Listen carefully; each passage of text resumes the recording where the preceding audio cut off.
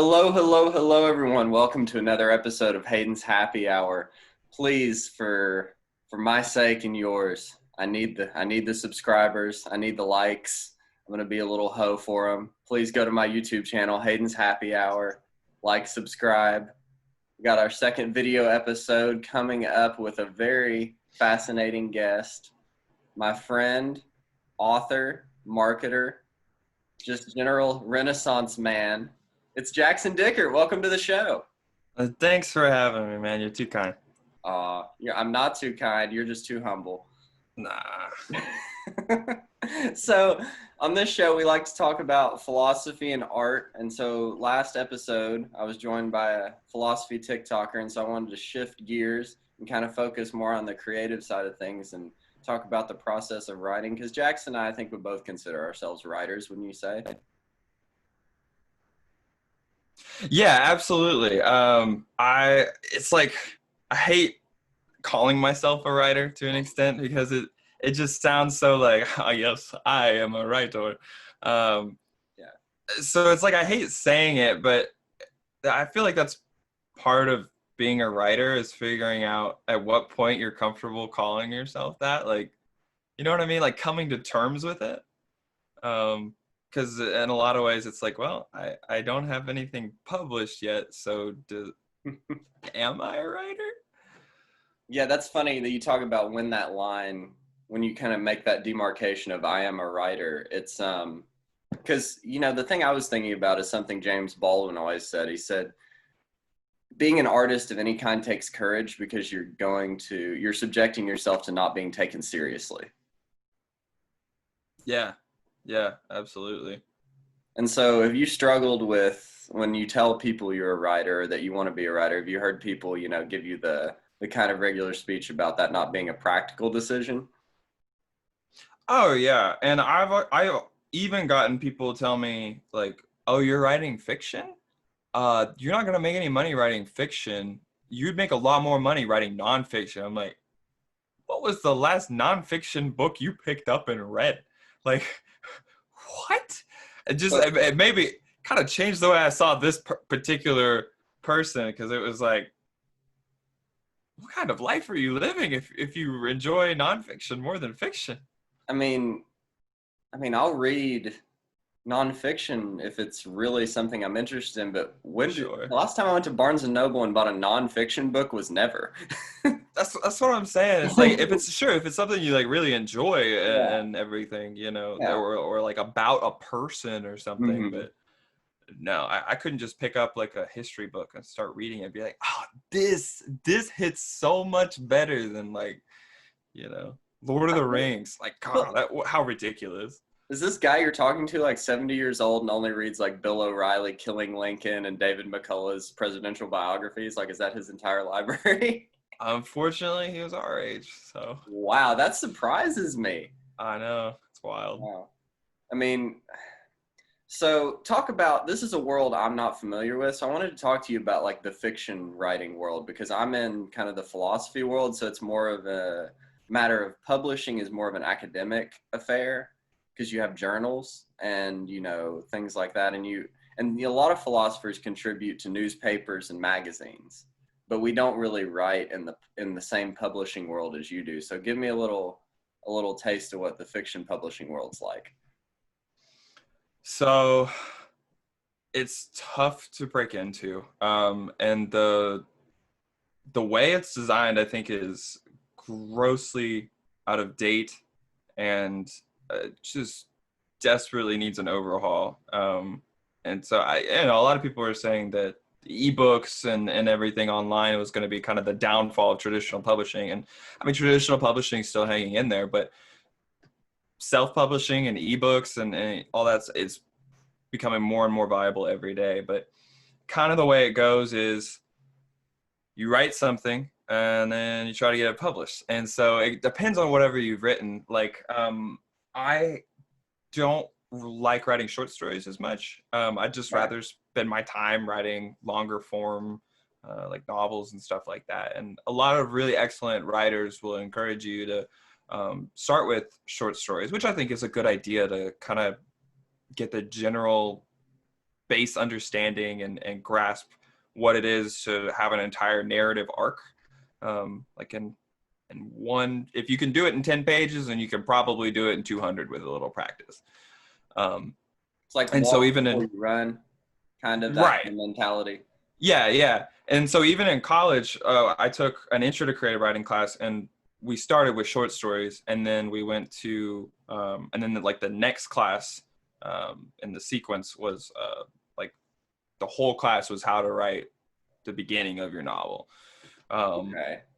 So kind of the challenge that I have been facing with trying to get this first novel published is I don't write short stories, so I have nothing published yet. And so when you go to query an agent, so the order kind of goes, you write whatever you write, then you try to get an agent. And then once you get an agent, then the agent tries to get you a publisher, and then the publisher assigns you an editor, and then the editor rips your thing to pieces, and you have no say in it. That is true, but isn't true. You have a say in it still, but not a ton. Well, And I bet as then, being a new author, your say is very limited because they're like, we know what's up, you don't. Like, you yeah. should be giving in to us and doing what we say. I bet it can be very frustrating from a creative standpoint. Oh, I'm sure. And, at the same time, it's like, I think it probably also depends on like what you're writing. Just because they're trying to appeal to a mass market audience. So whenever they make these changes, they're just trying to make it as widely appealing as possible. Mm-hmm. Even if I sometimes I wonder if it's to the detriment of the piece itself, but who's to say? Yeah. Well, But that's really interesting. You saying all these things really is reminding me of. I did a little research on script writing because I wrote a pilot and I didn't send it anywhere, obviously, but I wrote it as kind of an exercise for me because I was really tired of. I was lost in the weeds of philosophy, and so I was kind of really tired of just reading philosophy text. So I wrote a script, and I really researched how that world works, and it's the exact same. You write a script, you finish it, you get an agent, and the hardest part is honestly getting an agent to even get a meeting with you because they get so many requests on their desk a day. I bet, they probably have a stack of 100 scripts, and, there's all these incentives to get work in this certain genre that appeals. Like, if the thing at that time is the medical dramas, the hour medical dramas, they're not going to look at a meta comedy that's, out there, or a gritty detective thing if that's not what's in vogue at the time. So it's all driven by the market rather than the quality of what's in front of them. And so that's kind of the same issue going on in that world with trying to get a script published, is that the barrier to entry is so high, and the mechanics of the people at the top have so much control that the power of the creatives almost taken away until you get to a point where you're at like a Shonda Rhimes or a Dan Harmon or like an established showrunner. And so I guess it sounds like the frustration in all creative fields is kind of this market-driven economy of creativity. yeah, and when it comes to getting an agent, at least with like novels and that kind of thing, the worst part is just the querying, because it's like you have to go and you have to actually find the agents first, which isn't always as simple as a quick Google search. You'll do a Google search and it'll say like top 10 agents, and it'll be the first one. You click it and it's like, boom, half of those agents don't even do it anymore. And so if you want to get like a comprehensive list and you don't just want to like look around on the internet, or another good way would be like find a book, like read a book similar to what you're writing, and then you find out who their agent was and then you go pitch it to them. Or sometimes you can find people on like Twitter and stuff. If you don't want to do any of that, then you have to pay for a comprehensive list. And I think it's like a monthly subscription or something like that to all the agents. So there is albeit a small monetary entry, but still, it's there. But I'd say the worst part about querying agents is just a query letter is composed of like, kind of your pitch and then like a summary of your story and then like why you in particular are like right to write this story, like, and like what your qualifications are and that kind of thing. And each agent wants a different like format. Each agent has different requirements and specifications. So you'll write one query letter and it'll be perfect for 10 agents, and then you'll get 5 that want something else in the letter. Or you'll have some that want the first 5 pages or the first chapter or the first, and that doesn't sound like a huge deal, but man, a query letter is hard to write. A good query letter is hard to write because you're jamming your entire novel and you're telling somebody why they should read it in less than a page, and then you're telling them why you're qualified to write it. And the problem, if you're me or somebody who doesn't have a short story published, is you don't have anything to point at and say, look, I'm qualified to write it. I don't have a master's degree in creative writing, or I don't have an MFA. I don't have anything published. So it's like, I'm just kind of shooting in the dark, hoping. And the very worst part, because I know I've said the worst part like 2 or 3 times, but the very worst part is you will query like 20 to 30 agents, and you're supposed to like wait a long time because it takes a while for them to get through them all. They have a huge backlog, like you say. And within 3 months, you'll get 4 replies. And those 4 replies will probably be rejections. That's normal. But then you won't hear from the other 26 people at all. And that's their way of saying, I guess that's their no. But I don't know. They say it takes too much time to reply to everybody. But I think that's just ridiculous. Like, you can't, copy paste the same. Yeah. Thank you, but this isn't right for us. Thank you, but this isn't right for us. Like, that's all it would take. It's so frustrating to just have it up in the air. It'd be about 10 seconds of their day to give you a copy form letter and then sign their little name at the bottom and send it off. I mean, they could spend an hour a week and get that done for, I bet, all these submissions they get, just signing their name over and over again. I mean, come on. Yeah, and we're not even talking about, like, I don't know if things are different for screenwriting. Like, maybe you have to send in the physical script, but for novels, you just email. It's all email. So it's like PDF. It's usually PDFs for scripts. Yeah, you could 100% set up an automated system. Yeah. And you just select all the emails that you want to reply to and just boom, mass send rejections. I mean, yeah, you could probably code that. Yeah. Right? I mean, that's not a hard thing to do. And I'm not familiar with coding, but I feel like that's not a hard thing to do at all. No. If you're familiar with the system or whatever. Yeah. So that's really interesting.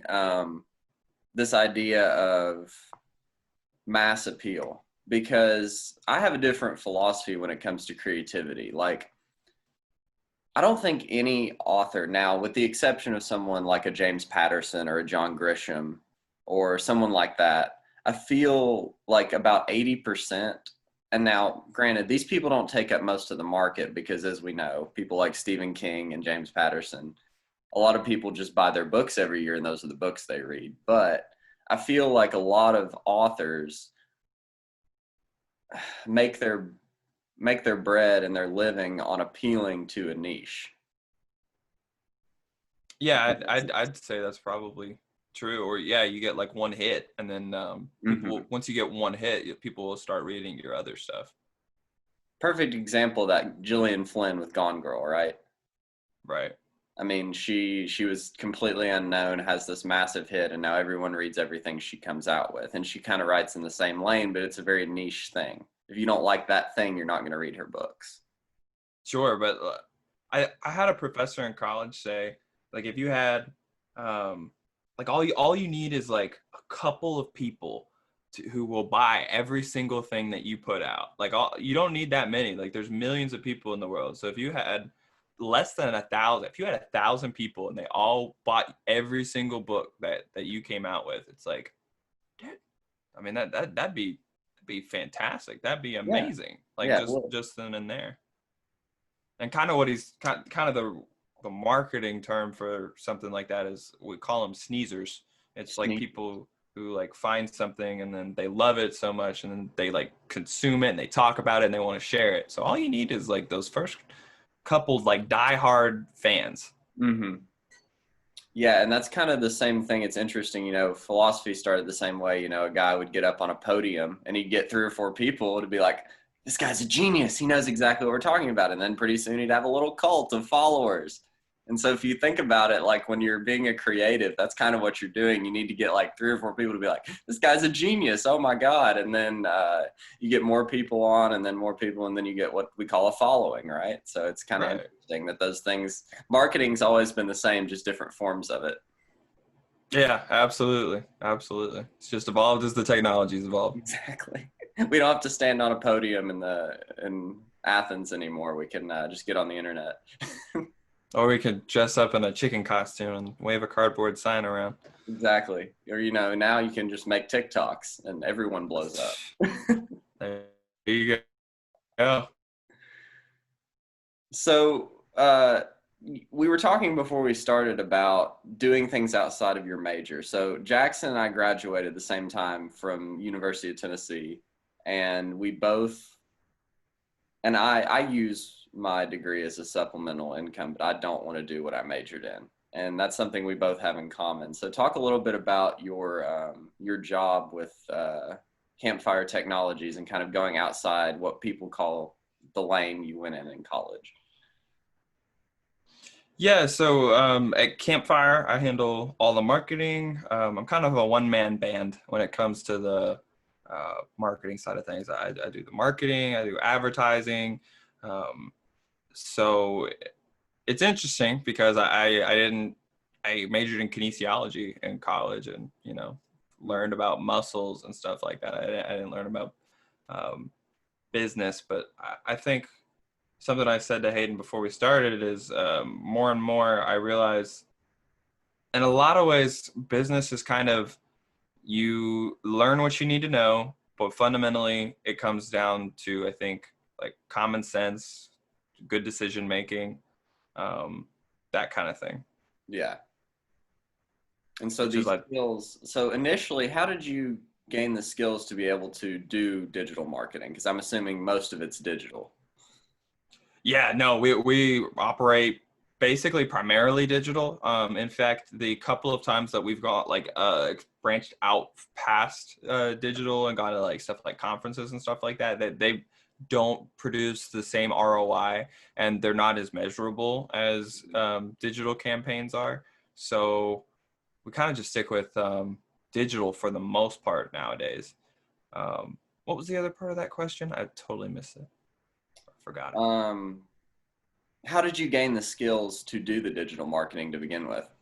Yeah, so 2 ways: learn by doing, Mm-hmm. which is always a little bit interesting when when money's involved, because you don't want to be just throwing around money on something that you don't know how to do.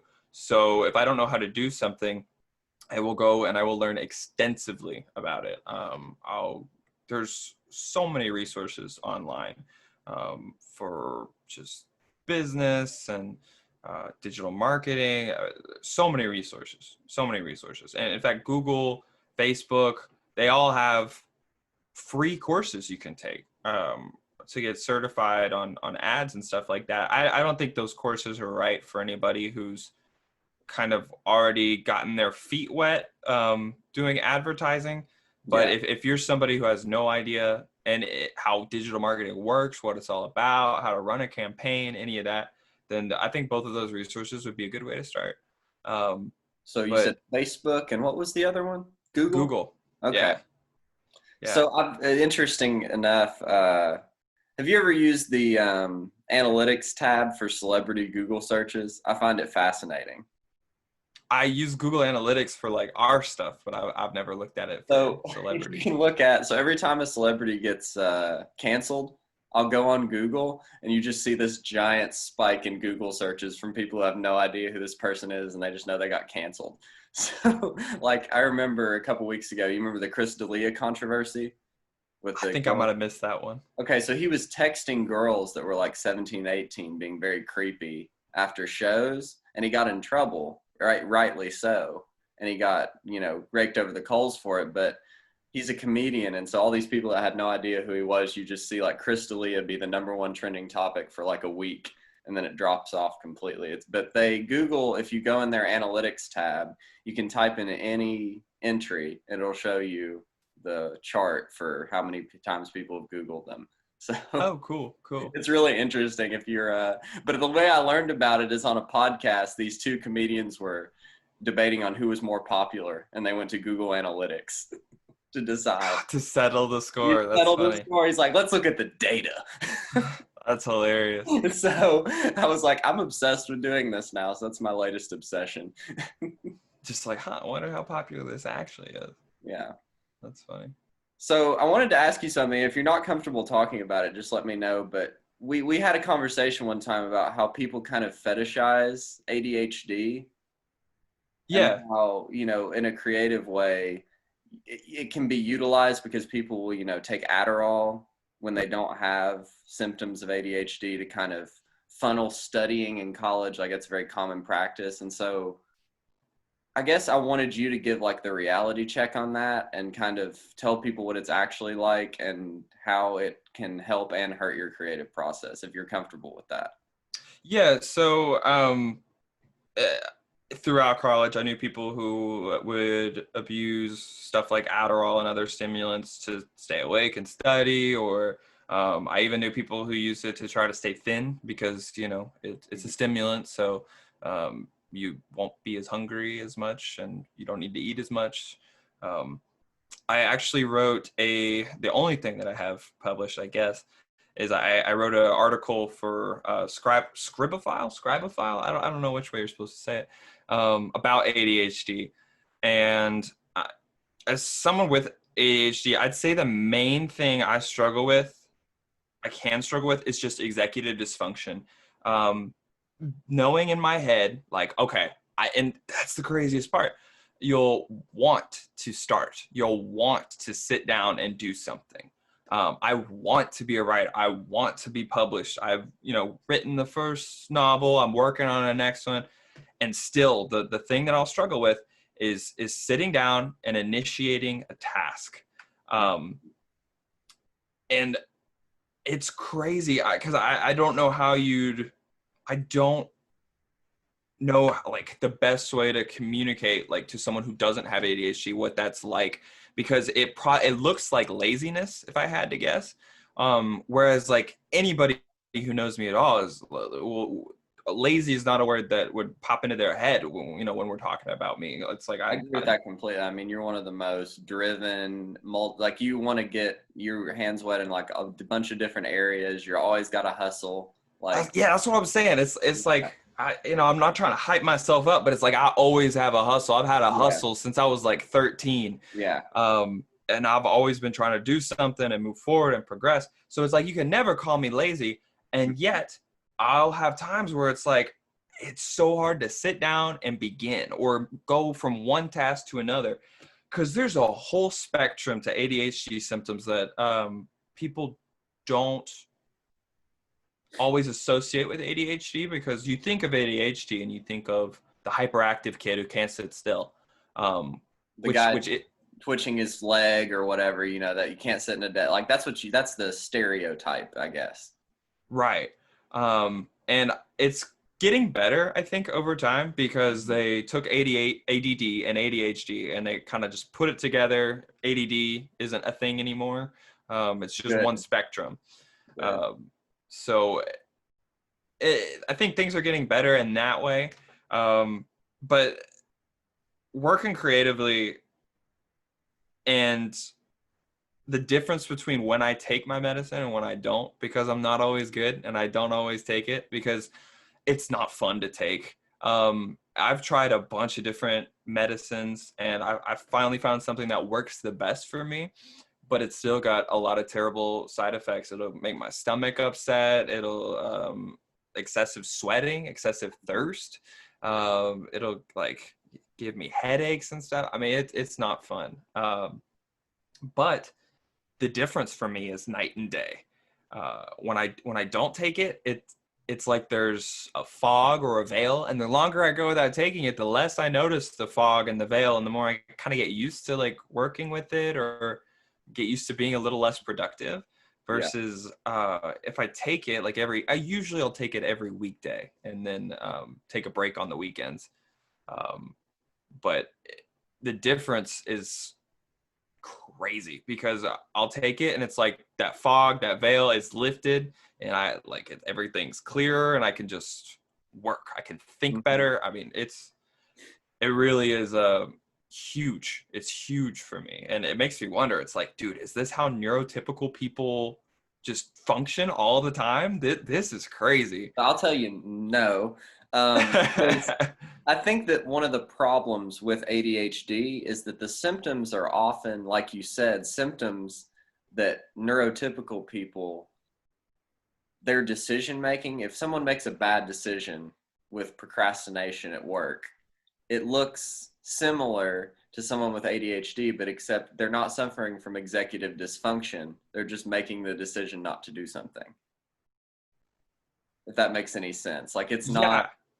And so it's struggle for you because I remember, and now this is a really interesting conversation because I think that when this first got discovered, what, about 15 to 20 years ago, ADD and ADHD, and they had this sort of spectrum, a lot of kids that did not actually meet the criteria for the disorder got prescribed Adderall, right? Like a lot of, especially boys, when you're young, you're a little hyperactive on just a straight level. And someone with ADHD, like I think that because of the overprescription, like people with getting overprescribed opiates and painkillers, everybody is very wary of that. And so I think because it was so overprescribed, people are dismissive of people who actually have the disorder. Yeah, and I think that's part of where some of the confusion, like like whether or not it's laziness, kind of comes in, because some people, sure, procrastinating um, might just be they're procrastinating. They just don't want to do it right then, whatever it is. Um, versus with ADHD, that procrastination, I think I don't know if it looks any different, but I can't say for sure that it feels different, but the science behind it and some of the research behind like people with ADHD has a lot to do with like you go to accomplish a task, right? You go do anything and you'll get a little dopamine bump. It's like, oh, nice, I did it, good job. Yeah, exactly. And for people with ADHD, we don't get the same dopamine bump. It takes a bigger task for us to get that dopamine bump. So they'll often see people with ADHD have a lot of struggle doing just daily tasks, like stuff that you wouldn't even think of, like doing the dishes, right? And nobody likes to do the dishes, Yeah. but they'll put that off for so long, and it's because the more you put something off, and if you can do it at the last minute, the stress that builds up and that anxiety of like, oh man, like I've got a deadline, and then the night before your deadline, like in schoolwork or anything like that, you'll do the whole project the night before the deadline. And it's because we get a bigger dopamine bump. There's a lot more at stake. There's a lot more risk. But that's what it finally takes for us to get it done sometimes, is all that stress and all that anxiety. And when you finally get it done, we actually get our dopamine bump. Versus if we sat down and broke it into small pieces, we might not get that same dopamine bump, and it might not feel like we've accomplished anything. It's why we really we're really attracted to the most stimulating thing in the room, and we're easily distracted because like video games, where we love video games because it's a lot of small tasks that we can accomplish, and we get a big reward for a lot of them, whether it's flashing lights or music or items, whatever it is. People with ADHD love video games, and we love like little rewards, like sticker charts. Oh man, sticker charts, that does it for me. I love a good sticker chart. That's really interesting. And so, you could apply that same principle to someone who's neurotypical, but they're not missing that dopamine to begin with. Because I think that a lot of times that's what I think we think we're more evolved than we actually are a lot of times as people. And so I think that a lot of times people will build up stress and anxiety so they do get a bigger dopamine bump, but someone like you may get just what someone would get accomplishing a small task when someone else accomplishes a big task. Like from a big task, you would get the same as someone who does the dishes. So the neuroscience behind it is often not understood. Just like everyone is addicted to a stimulant. I mean, if you get up and drink coffee, you're addicted to a stimulant, but nobody talks about that because it's socially acceptable, you know? Sure. Or nicotine rewires your brain. And it's actually more addictive than heroin, but nobody talks about it because society has deemed nicotine to be an okay drug versus, Sure. THC or, I mean, nicotine has the same active role in binding with receptors as cocaine and heroin, like I said, but it's just socially acceptable. And so ADHD is not something that everyone suffers from. So looking at it is not as people aren't socially accepting of it because it's such a new thing. Kind of like how when psychology first started, everybody was like, oh, these are just crazy people that go to therapy, right? Sure. Like no one went to therapy. That was just, what are you doing? You just go to church and pray and suffer. Like that's your lot in life. And now it's like, no, go see a therapist, grow as a person. Like that's totally normal now. No, when you say you go to therapy, nobody looks at you like you're going to axe murder them. Right. So maybe it just needs some more time before we catch up with the science, I guess.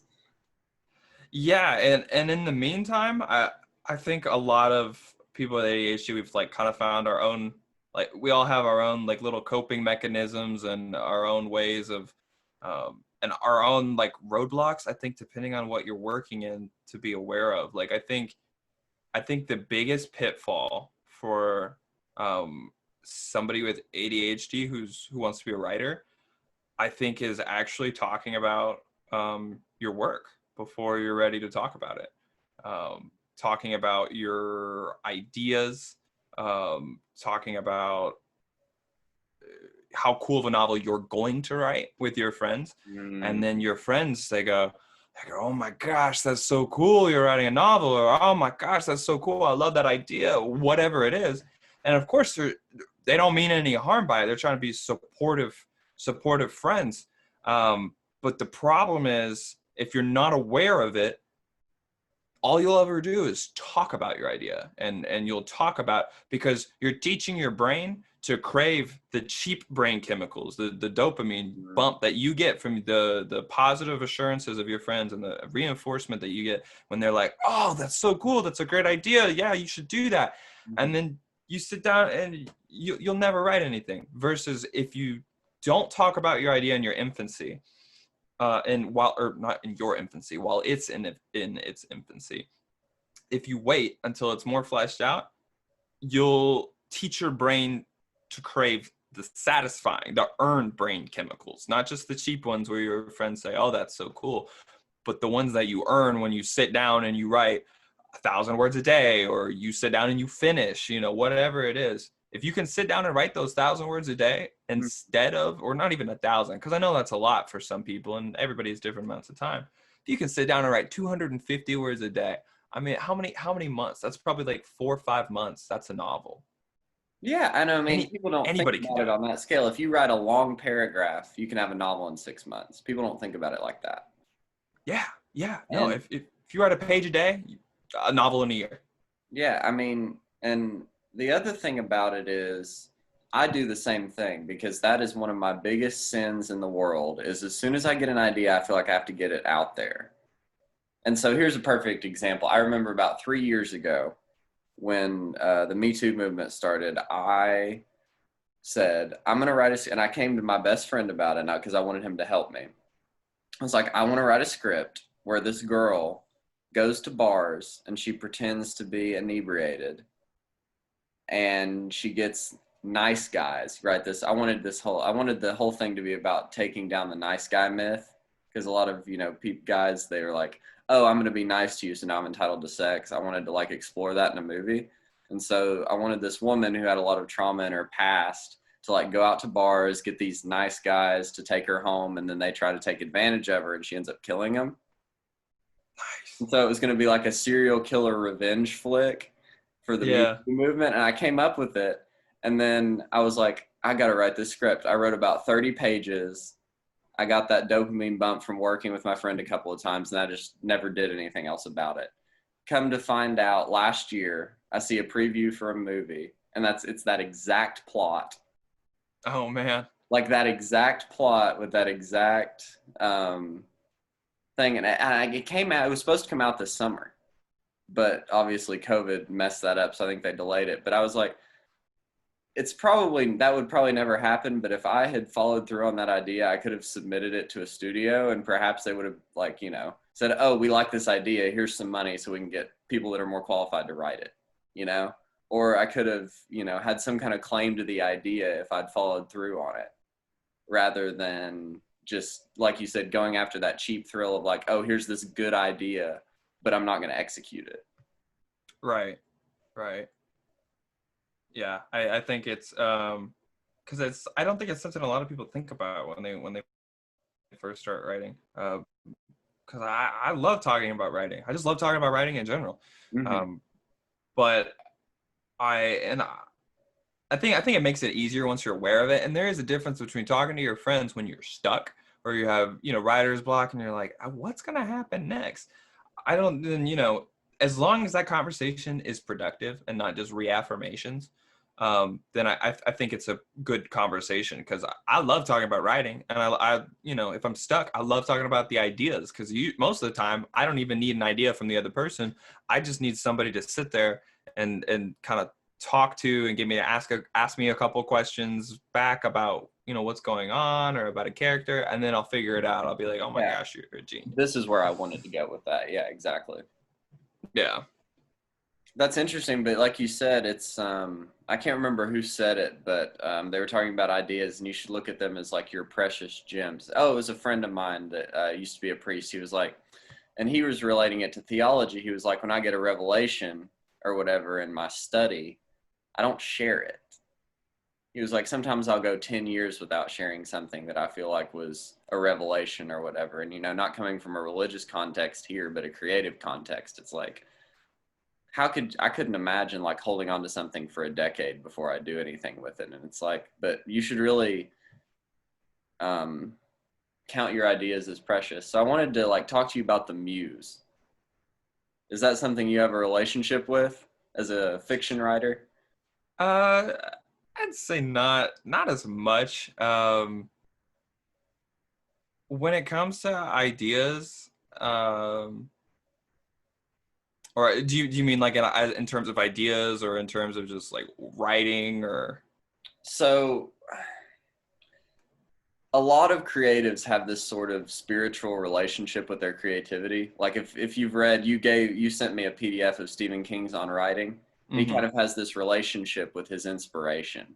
And so I was talking about like that initial source of inspiration, and then that thing that kind of keeps you going throughout the process.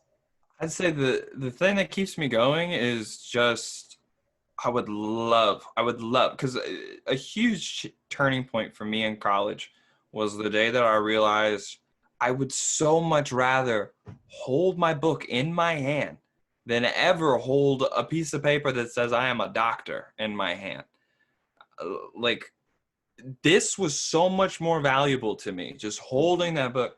So, I think a big thing that keeps me going is, first off, I would love to hold my book in my hand. I'd love to turn around and look at my bookshelf and be like, yo, that's so cool. Mine.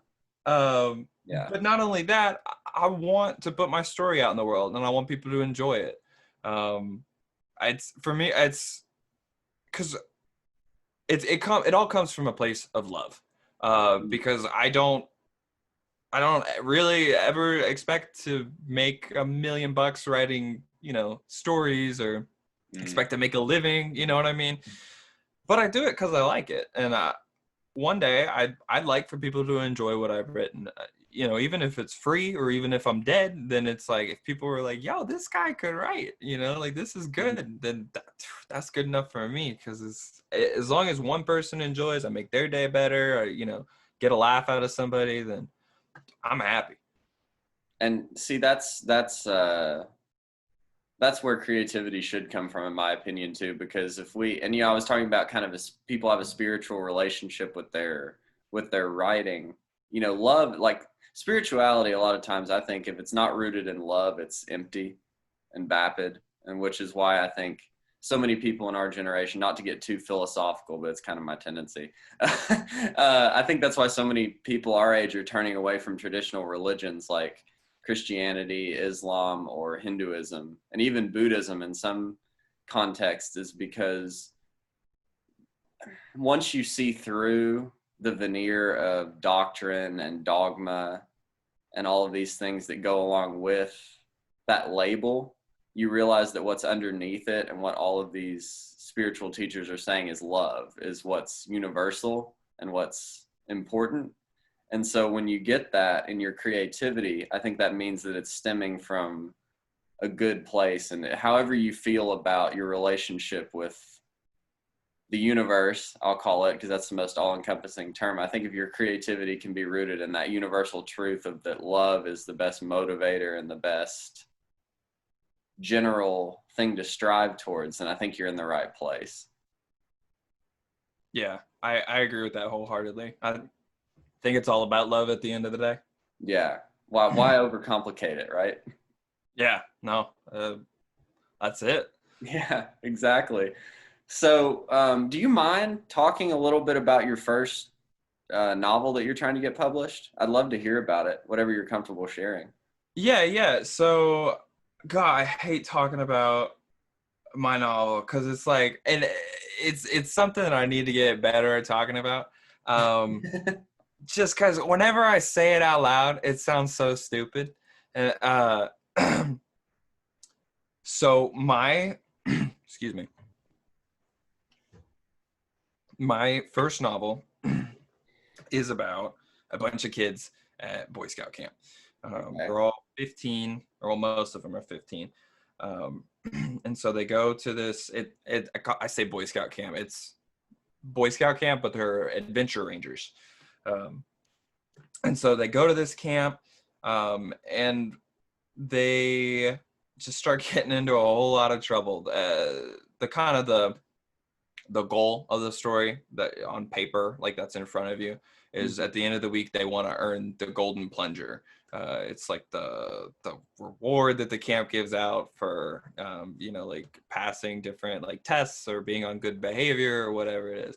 And so they want to win this golden plunger because it's like the last year the camp is doing it.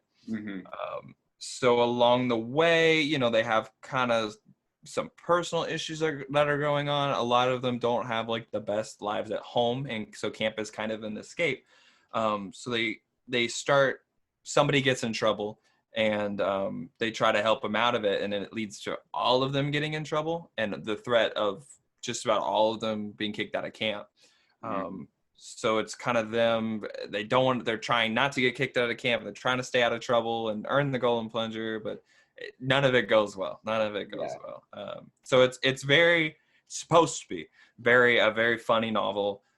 There's a lot of, I'll say, boy humor in it. I think my favorite thing in the whole thing is through all of their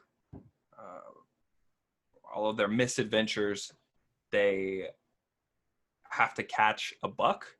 And so to catch a buck, this particular buck, they get a net and they tie tasers to the net, and then they make like a pitfall trap to try to catch the buck. Like you're talking about a deer. Yeah, a deer. Yeah. And so they get it in this pit, and then they throw the net of tasers on it. Don't come after me, PETA. And it gets wrapped around its antlers, and then this deer ends up chasing the boys around with tasers on its antlers. So it's like the most ridiculous. In my head. Yeah. Right. It's great, right? It's the most ridiculous thing. But it came out of my head. That is hilarious. Oh my gosh. See, now I want to read it. Yeah, you sold me. Nice. That's all it takes. Is that once you tell people about the taser buck, everybody's like, taser buck. Everybody's got what? I'm like, taser buck. You're gonna get a Taser call buck. like, "This is the U.S. military calling. We would like to speak to you about your idea about the taser buck. We're having insurgents in Czechoslovakia, and we would like to have some taser bucks in there to quell the local insurgents." I could see it. I could see it. I Honestly, mean, taser bucks. Who's gonna like? You can't fight that. that's what I'm saying. I mean, you had the problem of you thought of this great idea, and like somebody else thought of it too, And somebody and else did it. Yeah. somebody else did it. Executed it. Yeah, I Yeah. mean, the whole thing. I am confident enough that nobody's thinking of taser buck, man. No, I don't think so. I think you're safe on that. I think if anybody else, That genius is on such a high level. if somebody else writes that, it's because they watch this podcast. And I will tell you, no more than 70 people watch this podcast. We can find these motherfuckers, okay? Somebody takes the taser buck, we will find them and we will hold them accountable for stealing your idea. I'm not even worried about it. They can have the idea because and then this is something I've seen a lot before. People are like, oh man, what if somebody steals your idea? And it's like, dude, you want to use taser buck in your story? You use taser buck because I like the way that I've written it, and the way I've done it is probably different from the way that you do it. Mm-hmm. So by all means, you want to try to pee back off taser buck, you just try it. Okay, so perfect example of this is in comedy, right? So are you familiar with Tom Segura and John Mulaney? Yeah, I'm familiar with John Mulaney. Okay, so there's another comedian named Tom Segura, and they both had a joke. And John Mulaney's was about writing for the Emmys, and Tom Segura was about actually meeting a little person at a comedy club. But they both had a little person say to them that midget is the same as using the N-word. And the joke was like, okay, you're saying midget. You're literally referring to this other thing as the N-word. It's definitely not as bad. Like That's that was funny, kind I of the haven't heard this punchline of both jokes, but they both did it in very different ways, but it's the same idea. So it's like you're talking about that exact same thing. It's like they didn't steal that from each other. They just actually had similar experiences and kind of, did it a different way, but it was the same joke, if you want to call it the same joke. Yeah, that makes sense. Yeah, so that's kind of what you're talking. Yeah, taser buck, nobody's going to, no, I think you're good. I'm not sweating it, man. I'm not sweating it. So, would you consider it a young adult novel since you said the characters are 15?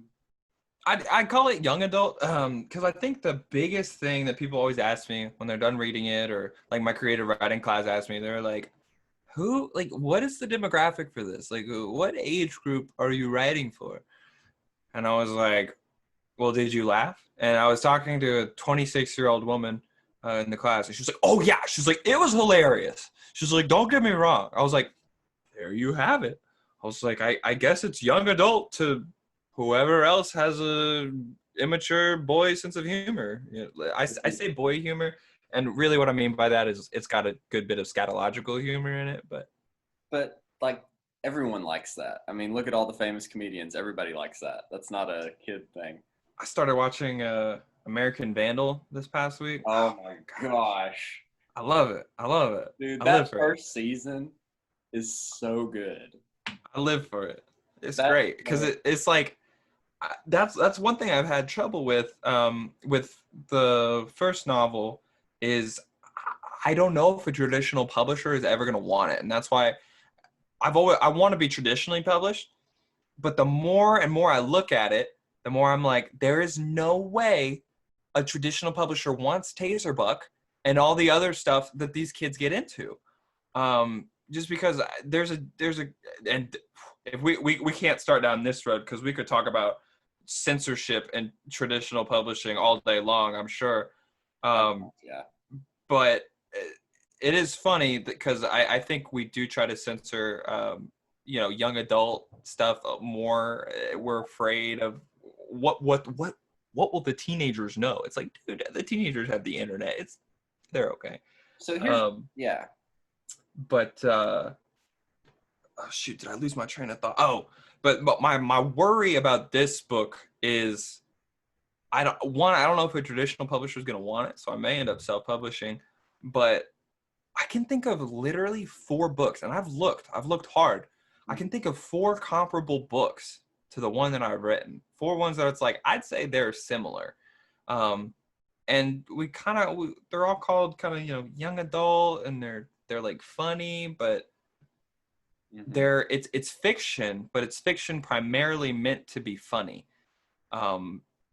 It's got a story and it's got characters, there's plot, but in the same way that like a comedian's show has like, you know, a plot, you know what I mean? You're not there to see like the end of the twist of the story. You're not invested in the people. Well, I mean, I'd say you probably get invested in the characters of my story, but you see what I'm saying? You don't go to a comedy show, you go to laugh.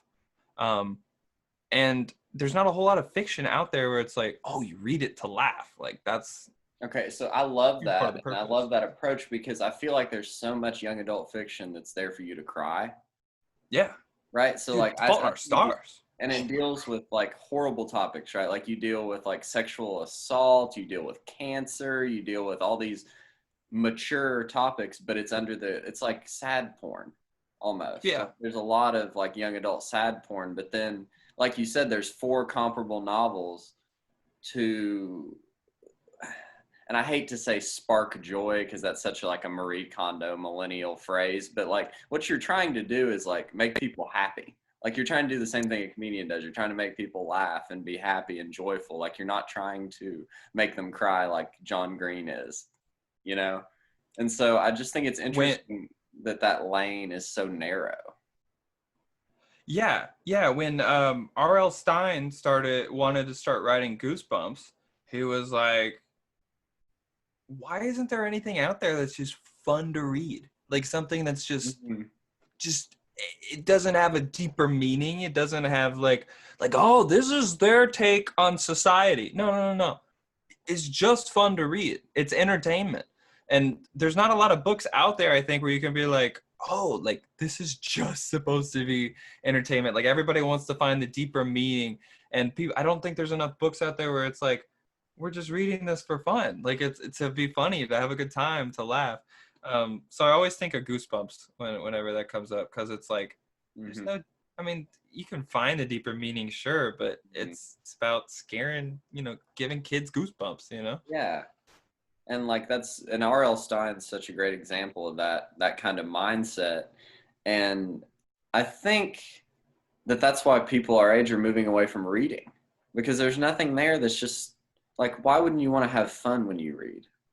Like there's plenty of mystery novels for housewives that are for that exact purpose. They're not so they can find a deeper meaning in the red velvet cake murder or whatever it may be. The red velvet cake murder. That's a real title of a real series of books, and there's every dessert. No way. There's like the lemon meringue pie murder, the chocolate chip cookie murder, and they have recipes in the middle. And my mom was obsessed with them, and she owns about 30 of them. And there's 30 different named dessert murders. I love it. I think my favorite one was the angel food cake debacle or something like that. Like they changed it from murder, and I was like, oh, they're getting crazy. Wow. Getting wild. The murder is a debacle. Yeah, this is not just a murder. This is a debacle. Yeah. So I feel like that's why people our age would rather watch a comedian or a YouTuber or something else that's just meant to entertain them. And I think that there's this fetishizing, like you said, of not academic, but like, what's the right word? Profound. There's this obsession with being profound in fiction and literature, which doesn't always, like, not everything has to be profound. Yeah, no, I absolutely agree. And I don't know if that's what traditional publishers want, though. So I mean, I guess we'll see. I might try for a little bit longer to get traditionally published, but like I said, it's like between a taser buck, a kid pooping in the showers, and them finding a dildo. It's like I don't know that a traditional publisher is really gonna want to touch this with a 10-foot pole. But like in movies, that's fine. Like you had that movie come out last year called Good Boys that has like these 13-year-old kids and all these crazy situations. So in movies, it's fine. Yeah, that's what I'm saying. So why not? If it works there, it'll probably work in fiction too. And one thing that I've also kind of had to come to terms with, and I think it's part of like when you start calling yourself like a writer, you know, is fundamentally to be a writer, you have to be at least a little bit cocky, because to sit down and say, I can write well enough that people will pay money for it, or like I can tell a story good enough, or anything like that. It takes a certain amount of confidence, and I mean, even maybe arrogance. I don't know. But one thing that always gives me hope whenever I'm like, man, like I feel like this is good. You know, I feel like what I've written is good and enjoyable, but I don't know if it'll ever be published. I read a book this over quarantine, because my girlfriend had told me that I should read it. It was called The November Criminals. I think they like made a movie with Angus Elgort or whatever his name is. And I haven't seen the movie, but I read the book and I was like, this is trying so hard to be like profound or something, and it is just a dumpster fire. Yeah. Like, it's terrible. And like, honestly, sometimes reading terrible books, it just gives me hope. I'm like, okay, maybe I'm not like Stephen King. Like, maybe I can't write on like that like top level. I was like, but this got published, so at least I know I'm publishable, because I'm somewhere in between. It's like I'm not up here, maybe I'm not even right here, but it's like what I just read is right here, so I'm at least a little higher. So philosophy, same thing. I got this book at McKay's, and I wanted to read you the title of an essay in there that I was like, okay, I can be a philosopher. Like, these people are not all geniuses. Yeah. This guy in world ethics, pornography is a thing, and so this guy's article is called "The Right to Get Turned On: Pornography, Autonomy, and Equality" by Andrew Altman, and I'm like, I can be a philosopher. Like, you're like, an article called "The Right to Be Turned On." Me, like, I'm fine. Like, come on, this isn't an applied ethics textbook. Like, we're fine.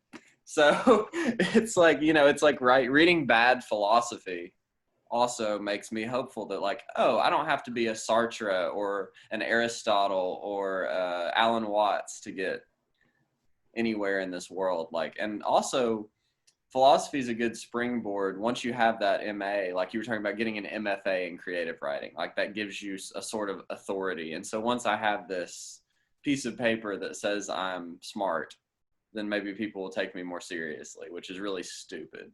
But yeah, no, unfortunately, sometimes I think an MFA or whatever is kind of the barrier to entry. Not that it should be, but I do wonder how many agents that I sent a query letter to actually read any of my manuscript. Because like I said, I've sent my manuscript to people who I would say I'm friends with, but they're not people who are just going to pander to me. There are people who are going to outright say, this is terrible. Do not waste your time and money trying to like publish this. And they have said, like, it's got a couple problems here and there, but ultimately I think this is good. And, I can see this being a published book on a shelf. So, I mean, just that alone, it is like, I think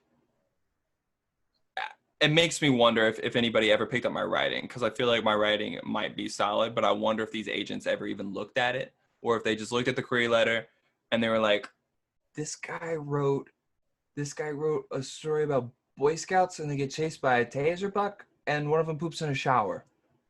No, I don't. That's not a dystopian.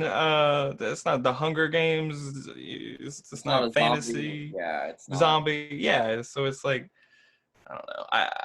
I think it shouldn't be a barrier to entry, and neither should like publishing. But I also understand, because there's a lot of people who think they're a lot better than they are. Yes. And it's an easy way for agents to look at your query letter, say, oh, he has no past publications. It's pretty safe to say this guy's probably no good.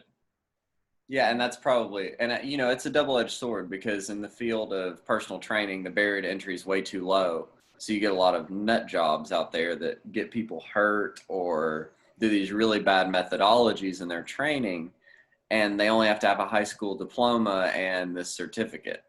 And so I feel like if you had to have a bachelor's degree to be a personal trainer, the barrier would be better. And now gyms are catching on, and they're saying, we prefer you to have a bachelor's degree in kinesiology or otherwise, but there's a lot of quacks out there. And so like you said, in the publishing world, especially in fiction writing, I'm sure there's a lot of people that think they're good that are just awful. And for all I know, I'm one of those people. We'll see. Like I said, it's like this could be absolutely terrible, and there's a reason why nobody's picking it up. But I choose, like I said, you have to be a little bit cocky to sit down and write a book. And with the feedback I've gotten from my most critical friends and the most critical people I know, I feel confident enough that it's like cocky enough, I guess, that I'll keep trying. Funny enough, one of my most honest critics is my mom. I remember when I was a kid, she used to tell me, Hayden, you're special, but you're only special to me. Nobody else thinks you're special, so don't act like it. So don't act like it. Yeah, that's funny. Keep you humble. She was like, the last thing I want you to be is one of those stuck-up only children. Oh my God. So yeah. So nobody, when I meet them, they're always like, you're an only child. Like they always looked at me shocked because I'm not a prick. Like all the other only children they know are always pricks. No, that's 100% true. I'm sorry to all the only children out there, but there's a really good chance that you're an asshole. Yeah, and so people are shocked because I'm not a gaping asshole when they meet me. So they're always like, you don't have siblings? Yeah, I'm always surprised when I remember that you weren't an only child. It's true though. People, I like tend not to tell people because they judge you when you're an only child. They just assume you're spoiled. And we can talk about the stigma behind that, but I say rightly so most of the time.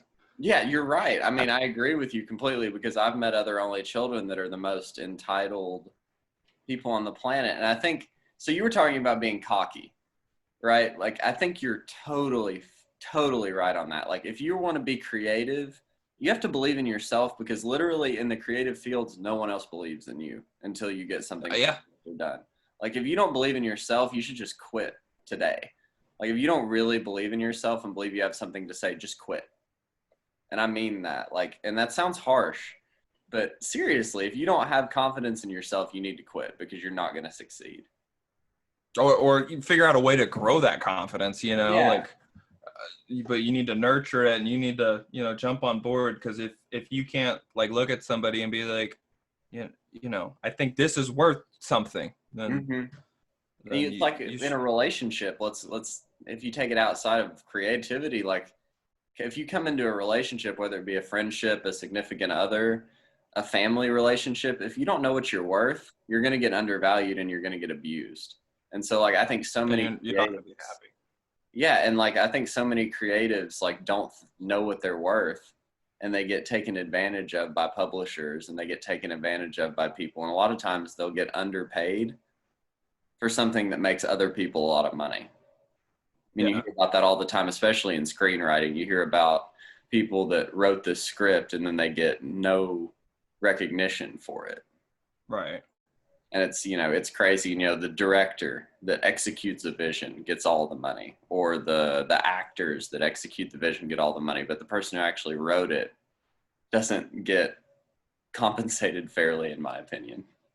Yeah. I think TV is probably the worst for that because they'll take I don't know a whole lot about screenwriting, but I've heard that they buy your script and then they'll change it, and then your name goes in the credits, but it's like you didn't do it. Yeah, exactly. And really interesting. I'm obsessed with TV writers because there's this monologue in television that it's worth playing because it's something that I think sums up all creativity. And I guess I wanted to ask you a question while I look this up so it's not dead air. And this is something I really wanted to get from you is the relationship between marketing and creativity. Like, do you think your marketing skills have added to your ability to sell yourself to a publisher? I think it's important to keep marketing in mind while you're writing. Like that doesn't help at all. Or I mean that obviously helps. I think because when it comes to the first story that I've written, I wrote it because it was fun. I was excited about writing it. It was Mhm. I was a Boy Scout for several years, so it's like it's close to home and I'm familiar with it. I first started trying to write um, a epic fantasy story and early on in college, and I got about 100 pages. Um, and one day I sat back and I was like, this is garbage. This is terrible. And it was. And I've looked at it recently and I cringed because it was terrible. Um, and my creative writing professor said, maybe write something closer to home. So I did. Um, and one thing that I've thought about, it's like, while this may not be marketable for a traditional publisher, Mhm. if I self-publish it, there's always the chance that since this is one of 4 similar books, that maybe this is, quote unquote, its own genre and people will really like it and it'll take off. Was that likely? Absolutely not. No, I'm not delusional. Could It happen. probably won't happen, but it could happen. So keeping that marketing in mind there, yeah, absolutely. Other than that, I think if I self-publish, yeah, the marketing knowledge will probably be a huge help. I know what some of the pitfalls are, and I know some of what works and what doesn't. Um, but if you're gonna write a story like the second novel I'm working on, I'd say is a little it basically has marketing built into it. It's still fiction. It's still something fun that I'm excited to write about. But the topic that I've chosen and kind of the way I'm going about it, I hope makes it um, marketable and easy for people to talk about because word of mouth is huge. Um, so I'm thinking it'll make it easy for people to talk about. I think everybody should have a little bit of marketing knowledge. You should know Yeah. if you're in a creative space, then definitely take the time to read a book on marketing or anything like that. Just because. So I wanted to apologize for that noise in the background. The last 2 podcasts, the yard guy comes and works in our yard, and he's literally weed eating in my backyard right now, and I want to like throw a rock at him, making me so Oh, you're mad. totally fine. No So worries. I'm No sorry worries. if that threw you off or bother. It's probably going to be terrible for the listener. I'm going to have to probably do some little mixing and try and get that out of there. But No worries at all. so this, I wanted to go back to this. This is a speech, and I think it applies to not just TV writing, but writing in general. And like, I think one of the most important things you said there, and I don't want to go past it because it really is important, is if you're going to be a writer, just get started, even if what you're writing is not good. Yeah, Like who, absolutely. That experience is always valuable. yeah. So like, even though you're not going to publish that fantasy novel, you learned a lot from it, I'm sure. And Oh so yeah. this is a little speech that Dan Harmon talks to the audience through this character in his show, and I wanted to just. It has to be joyful, So this is about fun. this is about writing television, and I think it really applies to when television writing is bad. This is what it's not doing. It has to be joyful, effortless, fun. TV defeats its own purpose when it's pushing an agenda or trying to defeat other TV or being proud or ashamed of itself for existing. It's TV.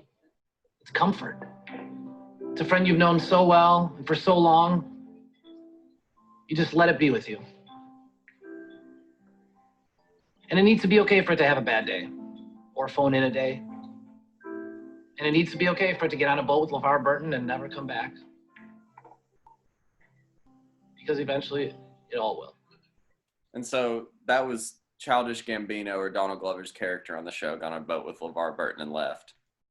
So that was his best friend that left the show. But I think that's right. Like, it has to be joyful. It has to be effortless. It has to be for its own sake. Yeah, I think fundamentally when it comes to writing, like, yeah, if we're talking about like marketing, I could write what's hot in the market. I have the capability to write something with mass market appeal and something that I could see on a bestseller list. Sure, yeah, I could pick the topic and write a story like that, but like that's not what's valuable to me. What's valuable to me is writing the stories that I want to tell and stories that I think only I can tell. Like sure, I could write about sparkly vampires or whatever we want to write about, but like I think it's much more valuable if I spend my time writing the things that I want to write, even if they suck. So I think it's still more valuable writing bad fiction that is unique to me and special to me. Maybe that paves the way for somebody else who wants to write that. I think it's more valuable for me writing bad fiction that I want to write than it is if I wrote good fiction that I don't want to write. Okay, so bad I think is the wrong word. Maybe not marketable fiction is a better word. Like it's not bad. Like you were talking about, you don't think your novel is bad. And so I don't think you should say that. No. I don't think my novel is bad. But there is bad writing. Like I said, that first novel that I wrote, the first 100 pages of that epic fantasy, we'll call it what it is. It's bad. Okay, so let's talk about bad though, because I think one of the most popular books, you mentioned The Fault in Our Stars earlier. I think that's a bad book. I don't think it's a good book. And I haven't read it in so long. I don't have okay, since high school. Let's talk about John Green. I have a love-hate relationship with because I love Looking for Alaska. And I think that's a good book. But I hate The Fault in Our Stars. And I'll tell you where it lost me. About 60 pages in, you have the guy give this monologue about having a pack of cigarettes. And he holds the cigarette in his mouth and he doesn't light it. And he says, I like to have something that can kill me. And so I put it on my lips, but I don't light it so that it doesn't have power over me.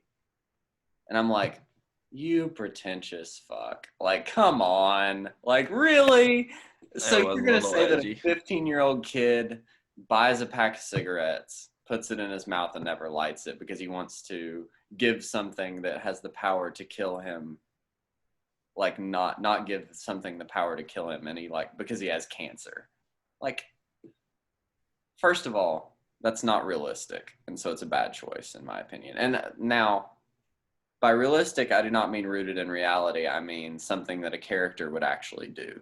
Like if I'm faced with a dragon, I'm not going to pull my pants down and start peeing on the tree next to me. Like that's a bad choice. And so when you make a choice that's not something a character would do in that situation, whatever that situation may be, whether it's rooted in reality or not, I think that's a bad choice. And so that novel lost me there when he gives this profound speech about, she goes, you have cancer and you smoke. He's like, I don't smoke. I just hold it in my mouth to know that it doesn't have the power to kill me like this cancer inside of me does. And I'm like, oh my God. Like, can we not be so pretentious? Come on. So edgy. Yeah, so edgelord. Like, it's not honest. And so most popular novel is bad. And so your novel's not bad because I can tell you that it's not bad even without reading it. And that's probably a terrible thing to say, but I know you, and I'm going to tell you that if you wrote it to make me laugh, it's going to make me laugh. So I'm guessing that your book does its job. I hope so. We'll see. We'll see how it goes, I guess. Sorry, that was a rant, but I love hating on The Fault in Our Stars. No, you're totally fine. Once again, love-hate relationship with John Green. I really like Looking for Alaska. I don't think he's necessarily a bad writer. I think he makes bad choices sometimes, but I just wanted to put that out condition. Yeah, I wanted to put that out there. So is there anything else you wanted to talk about before we get off of here? I don't know how long we've been talking, but it seems like we've talked a lot about creativity. We talked a lot about marketing, about not doing necessarily what you majored in college. Is there anything else you want to talk about? Man, I don't want the podcast people to hate me. I feel like we've probably gone over a little bit. I feel like we've gone over an hour. Let me check the time. Oh yeah, we went about an hour 30. And I usually try to keep it around an hour, so we got an hour 30. It felt like 15 to 20 minutes, honestly. Yeah, it was a good. I can't think of anything that was like, oh man, I really wanted to get to that. No, I think I'm good. You got any more questions? No, man, I've really enjoyed talking to you. So I want everybody go support Campfire Technologies. It's a really cool software. Campfire Pro, man. Yes, definitely check that out. And like I said earlier, please subscribe. It's Hayden's Happy Hour on YouTube. I also have a SoundCloud profile. It's soundcloud.com/Hayden's Happy Hour. Please listen. The RSS feed goes to iTunes. It does not currently go to Spotify, but Spotify's weird with their marketing, so I don't fool with them. But iTunes, search Hayden's Happy Hour. It's in the podcasts app on your phone. Go to YouTube. Please like and subscribe. Thank you to Jackson for joining me today. I've really enjoyed talking to him. And thank you for watching my second video podcast. Love you all. Be good to each other. Be kind. And thanks again to Jackson.